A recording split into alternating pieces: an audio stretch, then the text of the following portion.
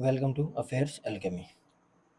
आज हम 1, 2 और 3 जून 2026 के करंट अफेयर्स के जो क्वेश्चंस हैं वो सब आज हम डिस्कस करेंगे और उनसे रिलेटेड जितने भी इम्पोर्टेंट फैक्ट्स होंगे वो सब मैं आपको बताऊंगा। तो वीडियो में लास्ट तक बने रहेगा। हमारा पहला क्वेश्चन होगा, प्रतिवर्ष विश्व तंबाकू निषेध दिवस वर्ल्ड नो टोबैको डे कब मनाया जाता है? ऑप्शन ए 29 मई, ऑप्शन बी 30 मई, ऑप्शन सी 31 मई, ऑप्शन डी 1 जून। तो इसका सही आंसर होगा ऑप्शन सी 31 मई। तो हर साल 31 मई को वर्ल्ड नो टोबैको डे मनाया जाता है। तो इस दिवस का जो उद्देश्य है, इस डे का जो उद्देश्य है, तंबाकू सेवन से होने वाले स्वास्थ्य जोखिमों के प्रति लोगों को जागरूक करना। इस दिन धूम्रपान और अन्य तंबाकू उत्पादों के दुष्प्रभावों के बारे में जन जागरूकता अभियान चलाए जाते हैं और इस दिवस का आयोजन जो है वर्ल्ड हेल्थ ऑर्गेनाइजेशन द्वारा किया जाता है। तो वर्ल्ड नो टोबैको डे हर साल कब मनाया जाता है? वो मनाया जाता है 31 मई को। हमारा नेक्स्ट क्वेश्चन है, हाल ही में भारतीय नौसेना के 27वें नौसेना प्रमुख चीफ ऑफ नेवल स्टाफ के रूप में किसने पदभार ग्रहण किया है? ऑप्शन ए admiral Dinesh K Tripathi, option B admiral R Hari Kumar, option C admiral Krishnan Swaminathan, option D admiral Karambir Singh. तो इसका सही आंसर होगा option C admiral Krishna Swaminathan. तो अभी हाल ही में जो एडमिरल कृष्णा स्वामीनाथन है वो भारतीय नौसेना के 27वें नौसेना प्रमुख बने हैं। चीफ ऑफ नेवल स्टाफ का जो पद है उन्होंने ग्रहण किया है। तो जो नौसेना प्रमुख जो है देश की समुद्री सुरक्षा, नौसैनिक रणनीति तथा नौसेना के आधुनिकीकरण में महत्वपूर्ण भूमिका निभाता है। एडमिरल कृष्णा स्वामीनाथन को नौसेना में उनके लंबे अनुभव और विशिष्ट सेवाओं के आधार पर यह जिम्मेदारी सौंपी गई है। तो अभी नए नौसेना प्रमुख कौन बने हैं? वो बने हैं एडमिरल कृष्णा स्वामीनाथन। हमारा अगला क्वेश्चन है, हाल ही में किस योजना ने शहरी रेहड़ी पटरी विक्रेताओं अर्बन स्ट्रीट वेंडर्स को सहायता प्रदान करते हुए अपने 6 सफल वर्ष पूरे किए हैं? तो ऑप्शन ए प्रधानमंत्री मुद्रा योजना, ऑप्शन बी प्रधानमंत्री रोजगार सृजन कार्यक्रम, ऑप्शन सी पीएम स्वनिधि योजना, ऑप्शन डी स्टार्टअप इंडिया योजना। तो इसका सही आंसर होगा ऑप्शन सी पीएम स्वनिधि योजना। तो पीएम स्वनिधि योजना ने हाल ही में अपने 6 सफल वर्ष पूरे किए हैं। इस योजना की शुरुआत जो है 1 जून 2020 को की गई थी और इसका उद्देश्य क्या था कि जो जो स्ट्रीट वेंडर्स हैं, जो रेडी वगैरह लगाते हैं, पटरी विक्रेता जो भी हैं, उनको बिना गारंटी के कार्यशील पूंजीकरण उपलब्ध करा, उन्हें वर्किंग कैपिटल लोन जो है वो देना। और जो लोन जो है उसकी गारंटी कौन लेगी? उसकी गारंटी ले ली थी सेंट्रल गवर्नमेंट। तो योजना के तहत जो है समय पर ऋण चुकाने पर ब्याज सब्सिडी तथा डिजिटल लेन देन को प्रोत्साहन भी दिया जाता है। इस योजना ने लाखों स्ट्रीट वेंडर्स को कोविड-19 के बाद अपना व्यवसाय पुनः शुरू करने और आर्थिक रूप से सशक्त बनने में सहायता प्रदान की है। हमारा अगला क्वेश्चन है, हाल ही में पश्चिमी नौसेना कमान वेस्टर्न नेवल कमांड के प्रमुख के रूप में किसने पदभार ग्रहण किया? Option A vice admiral Ajay Kochar, option B vice admiral Krishna Swaminathan, option C vice admiral Sanjay Vatsayan, option D vice admiral Dinesh K Tripathi. तो इसका सही आंसर होगा option C vice admiral Sanjay Vatsayan. तो वाइस एडमिरल संजय वात्स्यायन ने अभी हाल ही में पश्चिमी नौसेना जो है पश्चिमी नौसेना जो कमान है उसके प्रमुख के रूप में पदभार ग्रहण किया है। तो पश्चिमी नौसेना कमान भारतीय नौसेना की सबसे महत्वपूर्ण और रणनीतिक कमानों में से एक है। इसका जो मुख्यालय है वो है मुंबई में और यह कमान जो भारत के पश्चिमी समुद्री क्षेत्र की सुरक्षा तथा नौसैनिक अभियानों में की जिम्मेदारी संभालती है। तो वाइस एडमिरल जो संजय वात्स्यायन है वो अभी वेस्टर्न नेवल कमांड के चीफ बने हैं। हमारा अगला क्वेश्चन होगा, हाल ही में भारत सरकार ने सीपी ग्राम्स के तहत एकीकृत एआई संचालित बहुभाषी वॉइस चैटबॉट समाधान दीदी लॉन्च किया है। यह किससे संबंधित है? ऑप्शन ए कृषि सलाह सेवाएं, ऑप्शन बी सरकारी शिकायत निवारण प्रणाली, ऑप्शन सी डिजिटल शिक्षा, ऑप्शन डी स्वास्थ्य परामर्श परामर्श सेवाएं। तो इसका सही आंसर होगा ऑप्शन बी सरकारी शिकायत निवारण प्रणाली। तो अभी हाल ही में भारत सरकार ने समाधान दीदी नामक एक एआई संचालित बहुभाषी वॉइस चैटबॉक्स लॉन्च किया है। यह जो चैटबॉट है CP gram satellite public grievance readers and monitoring system के साथ एकीकृत है। इसका उद्देश्य जो नागरिकों को सरकारी शिकायत दर्ज करने, शिकायत की स्थिति जानने तथा शिकायत निवारण प्रक्रिया को सरल बनाना है।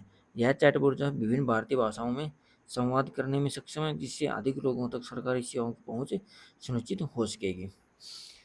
हमारा अगला क्वेश्चन है, हाल ही में इबोला प्रकोप के बीच भारत ने आपातकालीन चिकित्सा सहायता किस महाद्वीप को भेजी है? Option A Europe, option B Asia, option C Africa, option D दक्षिण अमेरिका। तो इसका सही आंसर होगा ऑप्शन सी अफ्रीका। तो भारत ने इबोला प्रकोप से प्रभावित क्षेत्रों की सहायता के लिए अफ्रीका को आपातकालीन चिकित्सा सहायता भेजी है। इस सहायता में आवश्यक दवाइयाँ, चिकित्सा उपकरण और स्वास्थ्य संबंधी सामग्री शामिल है। यह जो पहल है भारत की मानवीय सहायता एवं आपदा राहत नीति तथा वैश्विक स्वास्थ्य सहयोग के प्रति प्रतिबद्धता को दर्शाती है। भारत समय समय पर विभिन्न देशों को प्राकृतिक आपदाओं, स्वास्थ्य संकट और मानवीय आपदा आपदा स्थितियों में सहायता प्रदान करता रहा है। तो अभी हाल ही में इबोला के प्रकोप के बीच भारत ने अफ्रीका को जो आपातकालीन चिकित्सा सहायता भेजी है। हमारा अगला क्वेश्चन है, आईपीएल 2026 का खिताब किस टीम ने जीता? Option A Punjab Kings, option B Mumbai Indians, option C Royal Challengers Bengaluru, option D Chennai Super Kings. तो इसका सही आंसर होगा option C Royal Challengers Bengaluru. तो रॉयल चैलेंजर्स बेंगलुरु ने आईपीएल 2026 का जो खिताब है वो जीता है। फाइनल मुकाबले में जो रॉयल चैलेंजर्स बेंगलुरु ने गुजरात टाइटंस को हराया, और यह जो रॉयल चैलेंजर्स बेंगलुरु का है ये दूसरा आईपीएल का खिताब था। पिछली साल आईपीएल 2025 में भी कौन जीता था? आरसीबी ही जीती थी, और इस बार भी कौन जीता है? आरसीबी। हमारा अगला क्वेश्चन है, मई 2026 में भारत का सकल जीएसटी संग्रह वर्ष दर वर्ष 3.2% बढ़कर लगभग कितना हो गया है? Option A 1.74 trillion, option B 1.84 trillion, option C 1.94 trillion रुपये, ऑप्शन डी 2.04 ट्रिलियन। तो इसका सही आंसर होगा ऑप्शन सी 1.94 ट्रिलियन रुपये।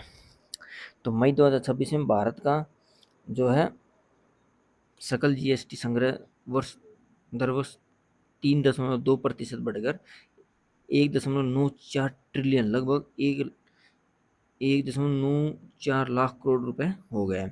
यह वृद्धि जो है देश में आर्थिक गतिविधियों और कर अनुपालन में सुधार को दर्शाती है। जीएसटी जो है भारतीय वस्तुओं और सेवाओं पर लगाया जाने वाला एक अप्रत्यक्ष कर है। और जीएसटी की शुरुआत कब लागू हुआ था? जो जीएसटी जो है 1 जुलाई 2017 को भारत में लागू हुआ था।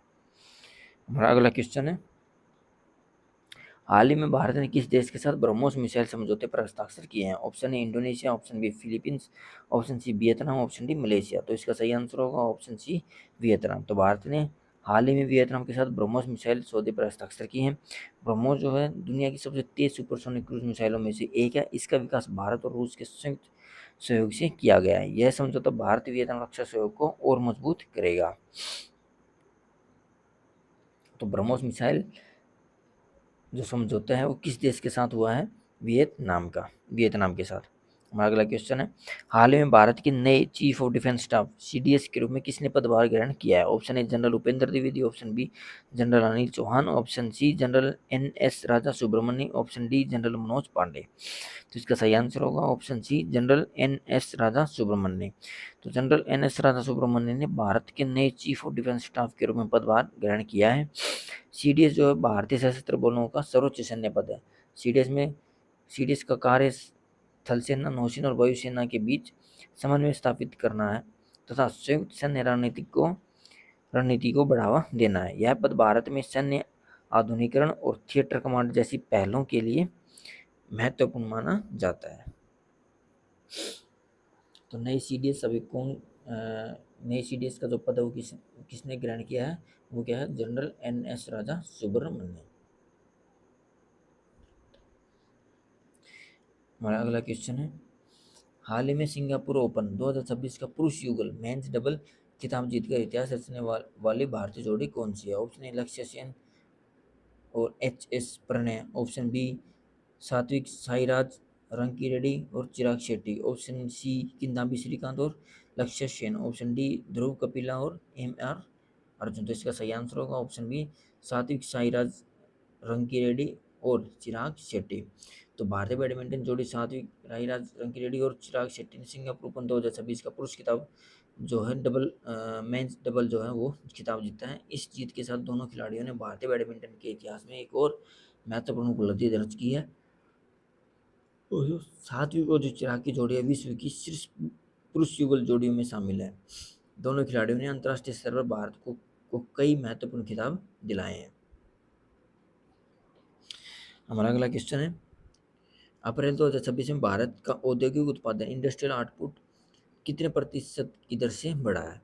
Option A 3.9%, option B 4.9%, option C 5.9%, option D 6.9%। तो इसका सही आंसर होगा ऑप्शन बी 4.9%। तो अप्रैल 2026 में भारत का जो औद्योगिक उत्पादन का जो इंडेक्स ऑफ इंडस्ट्रियल प्रोडक्शन है वो 4.9% की दर से बढ़ा है। यह वृद्धि देश के विनिर्माण, मैन्युफैक्चरिंग, खनन, माइनिंग और विद्युत इलेक्ट्रिसिटी क्षेत्रों में के बेहतर प्रदर्शन को दर्शाती है। आईपीपी किसी देश की औद्योगिक गतिविधियों का प्रमुख आर्थिक संकेतक माना जाता है। औद्योगिक जो उत्पादन है उसमें वृद्धि आर्थिक विकास और निवेश गतिविधियों के सकारात्मक संकेत माना जाता है। हमारा अगला क्वेश्चन है, तेलंगाना स्थापना दिवस प्रतिवर्ष कब मनाया जाता है? ऑप्शन ए 26 जनवरी, ऑप्शन बी 1 मई, ऑप्शन सी 2 जून, ऑप्शन डी 15 अगस्त। तो इसका सही आंसर होगा ऑप्शन सी 2 जून। तो प्रत्येक वर्ष 2 जून को तेलंगाना स्थापना दिवस मनाया जाता है। तो 2 जून 2014 को तेलंगाना जो है भारत का 29वां राज्य बना था। तेलंगाना का गठन जो है आंध्र प्रदेश से अलग होकर किया गया था। इस अवसर पर राज्य भर में सांस्कृतिक कार्यक्रम, परेड और विभिन्न सरकारी समारोह आयोजित किए जाते हैं। तो तेलंगाना स्थापना दिवस कब मनाया जाता है? 2 जून को। अगला क्वेश्चन, भारत की किस घाटी को चरवाहों की घाटी, वैली ऑफ शेफर्ड्स के नाम से जाना जाता है? ऑप्शन ए कांगड़ा घाटी, ऑप्शन बी कश्मीर घाटी, ऑप्शन सी कुल्लू घाटी, ऑप्शन डी पहलगाम घाटी।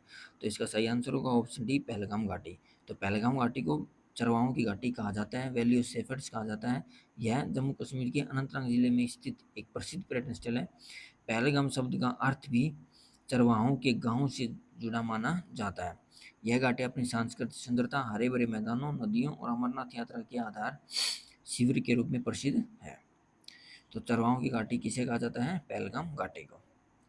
हमारा अगला क्वेश्चन, हाल ही में फोर्ब्स 30 अंडर 30 एशिया 2026 सूची में किस भारतीय युवा उद्यमी को शामिल किया गया है?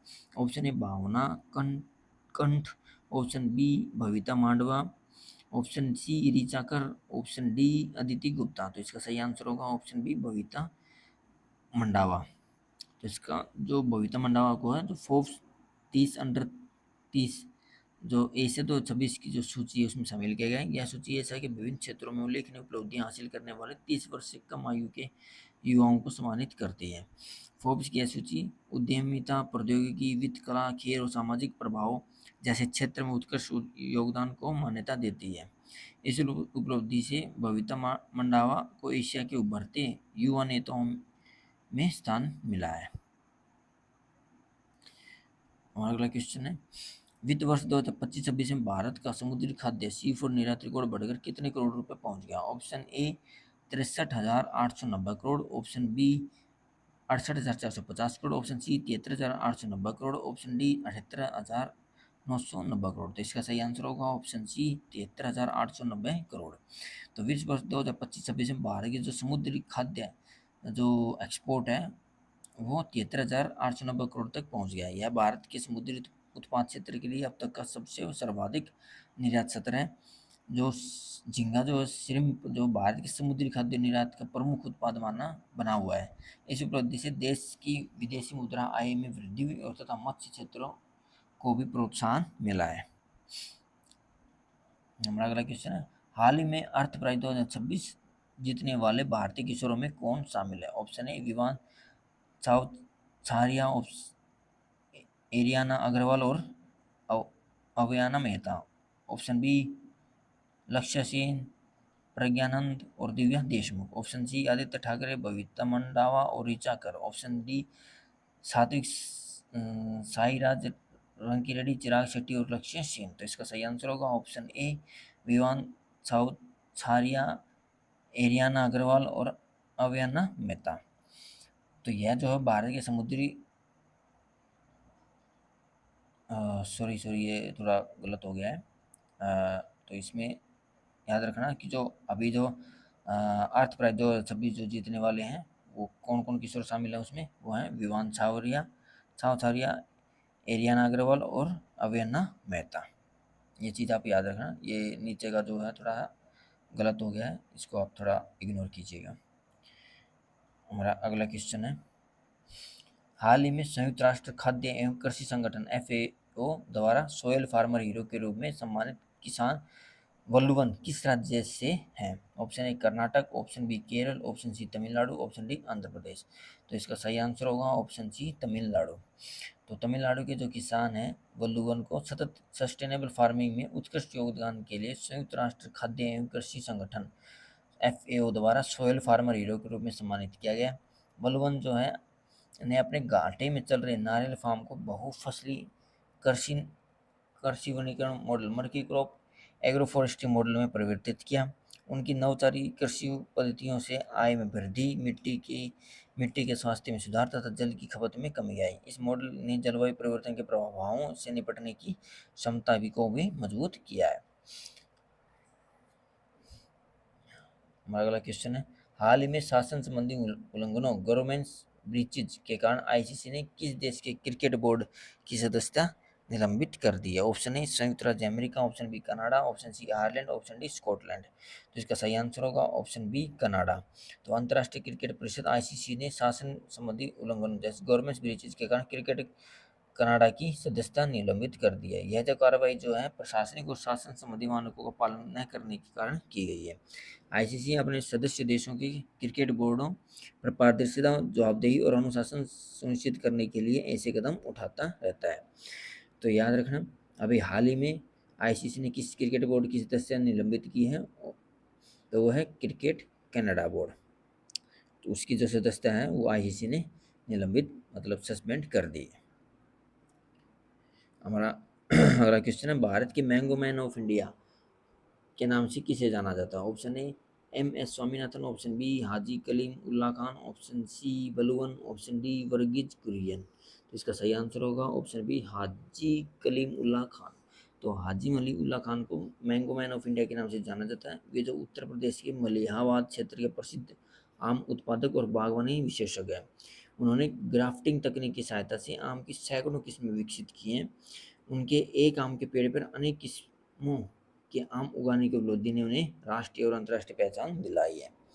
तो मैंगो मैन ऑफ इंडिया के नाम से किसे जाना जाता है? हाजी कलीमुल्ला खान को। ओके फ्रेंड्स, आज के लिए इतना ही।